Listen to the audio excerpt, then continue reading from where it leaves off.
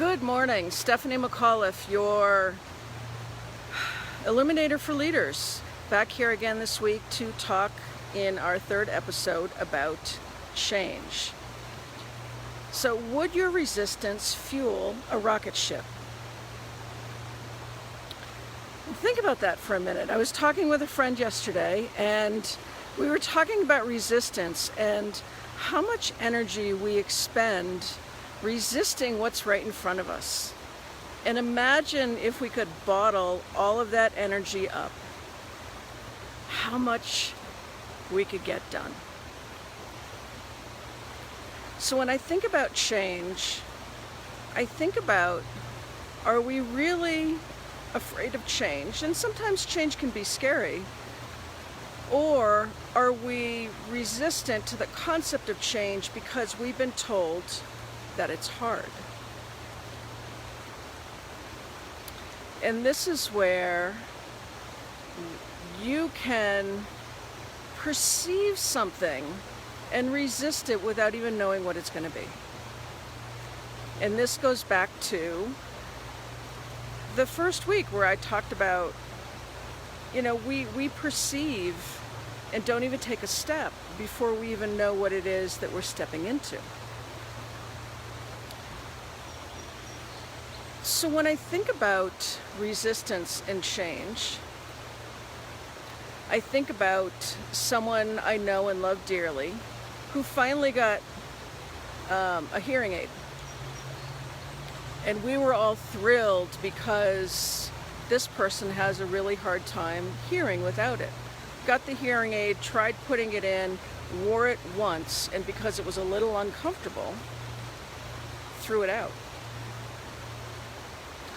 Now, we don't go from 0 to 100, and what if there was just a small adjustment that could have been made in that hearing aid to make it comfortable not only for him, but then also comfortable for everyone around him, because his resistance was also fueling the energy of other people around him, not in a positive way.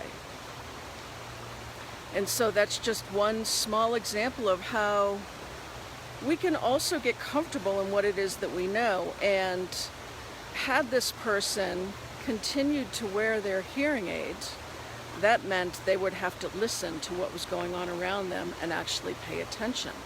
So there's a little bit of a paradox or an oxymoron here. And we can get really comfortable where we are, but are you really comfortable? Because is it really, for this person, comfortable for them to not be able to hear and continue to say, would you repeat yourself? I'm sorry, what?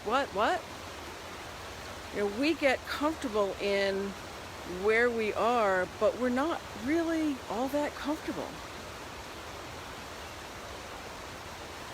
So when I think of resistance and change as well, I also think of a young child who will go out and explore and play without any hesitation. And then they take a nap.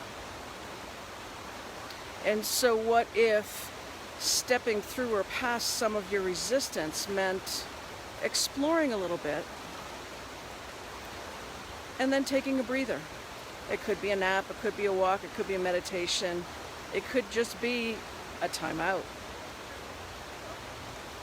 But this is where just because we turn something on doesn't mean we have to be on 100%. We can take a nap, we can course correct, we can see how things are working or not working, and then maybe take a step in another direction. So if there's something that you are resisting, do you know why? And wouldn't it feel better to use that resistance to fuel you forward in whatever way that you're moving, rather than being like, oh, all these rocks behind me. So many metaphors I can use here on this Riverwalk. I love it. So, and if there's something that you're resisting and there's a change ahead of you, and you want some inspiration, to help move you through it, reach out, because it doesn't have to be as hard as we make it, and we don't have to expend as much energy as we do in this form of resistance. And how would it feel to use that energy to instead fuel you forward?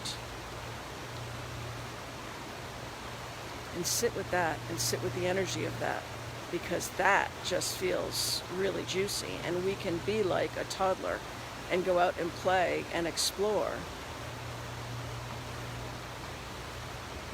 And I love that. So I am Stephanie McAuliffe, your Illuminator for Leaders. And if you are challenged with a change in front of you, reach out, because we don't do this alone, and it doesn't have to be as hard or as big as we sometimes perceive it to be. I'll see y'all back here again next week. Have an awesome, awesome day. Bye.